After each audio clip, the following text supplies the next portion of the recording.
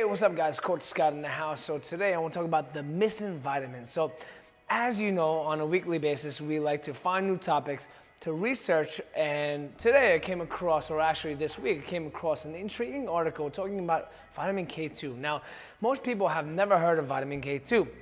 They have heard of vitamin K1, which comes from vegetables and dark green leafy vegetables. Even when asking my nurse relatives, they really didn't know much about it. Now, the reason being is because it turns out that a lot of people, especially in the Western culture societies, are actually deficient in vitamin K2. Now, there are two main forms of K2 that are spoken of, which are MK4 and MK7. MK4 comes from butter from grass-fed cows, grass-fed beef liver, organic free-range egg yolks, yogurt from grass-fed cows. And then the MK7 version comes from fermented foods such as aged cheeses and natto, which is actually fermented soybeans. So when I read this, it immediately made sense to me why people are deficient in this vitamin, because it is rare to see people these days buying these products. Number one, because they're hard to find. Number two, they're at least 3 times the price of your grain-fed and soy-fed cow products. Number three, simply people don't know the benefits of this or to really care for the benefits of the grass-fed products. Now, truth be told, the food industry probably doesn't want us to know all about this, but that's a whole nother topic to speak about. Now, I tend to think about hundreds of years ago, all the cows did all day was eat grass, so it wasn't really tough to get this nutrient, this vitamin. So something else to mention while I'm on the subtopic is that organic doesn't mean grass-fed.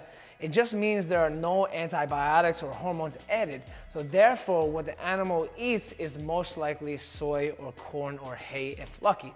So when we speak about vitamin K2, MK7, the only culture that really has embraced it is Japan. Now, let's get into why vitamin K2 is important. Now, vitamin K2 is a fat-soluble vitamin, and it is works synergistically with vitamin D, vitamin A, and calcium. So we were always told that in order to have strong bones, you must take in lots of calcium. And then we became smart and began to understand that without vitamin D, your body cannot absorb calcium.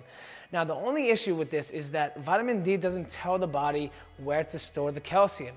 Some of it will be absorbed in the bones, of course, but also in other areas we don't want, such as arteries. More and more research is actually coming out stating that we are finding calcification in the arteries of patients that had heart disease or a heart attack. Now, calcification of arteries means the hardening of the arteries, and we want the opposite. We want them to be nice and elastic so that there's free-flowing blood. Now, this is where vitamin K2 comes into play. The K2 actually helps take out the calcium from the arteries and distribute it to the bones. This is super beneficial, especially for people who are dealing with arthritis and osteoporosis. In fact, some literature has spoken about Japan prescribing MK4 in doses of 45 milligrams to their patients who have RA. And this is a super high dose that's really hard to get from food, but this might be a breakthrough moment. Now, there's a debate whether MK4 or MK7 is better because of the difference in half-life, but some literature is saying that they're equally as important, okay? And matter of fact, now you can get these forms on the market as supplementations. Now, this is relatively new research discovery, but it might one day become as mainstream as vitamin D. We don't know, we will see. So guys, hope that was intriguing to you as it was intriguing to me, and I'll see you next time for the next video.